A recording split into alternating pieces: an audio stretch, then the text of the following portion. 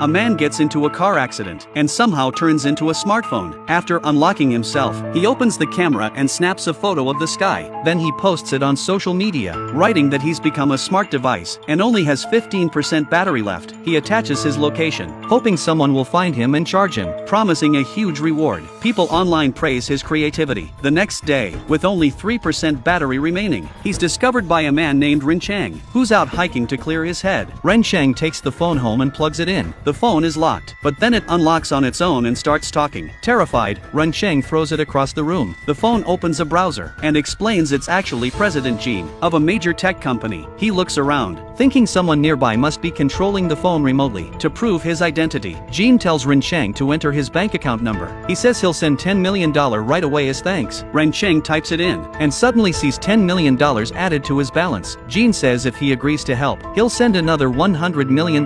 Ren Chang replies, "If you're really the president, let me work at your company." Gene agrees instantly, not as an employee but as the president. On the way, Gene tells him he's already sent the appointment letter to the company email. Ren Chang worries the employees won't believe him, but Gene says you don't need to do anything, just follow my lead. I'll make you into a real president. First step, buy some clothes. Ren Chang splurges on 8 suits and checks into a luxury hotel. Gene tells him they must figure out what really happened on the mountain that day. There are 3 key questions. Did he actually go to the golf course that day? Why did his car suddenly stop? And why did he end up in the mountains? Only by uncovering the truth can Gene return to his human body. Ren Chang feels overwhelmed by the situation, but calms himself down and says, "I hate empty formalities." That's when Eunju introduces herself as his secretary, standing outside the president's office. Ren Chang feels nervous. Inside, he's struck by how massive the office is. After work, Gene tells him to drive to his old house. He wants to see his daughter. Just as Ren Chang prepares to leave, they spot the housekeeper walking out. Panicked, they drive away. Gene tells him to follow the man. He suspects the housekeeper is linked to the accident. They trail him to a cafe. Ren Chang gets closer, but when he sees who the housekeeper is meeting, he's completely stunned.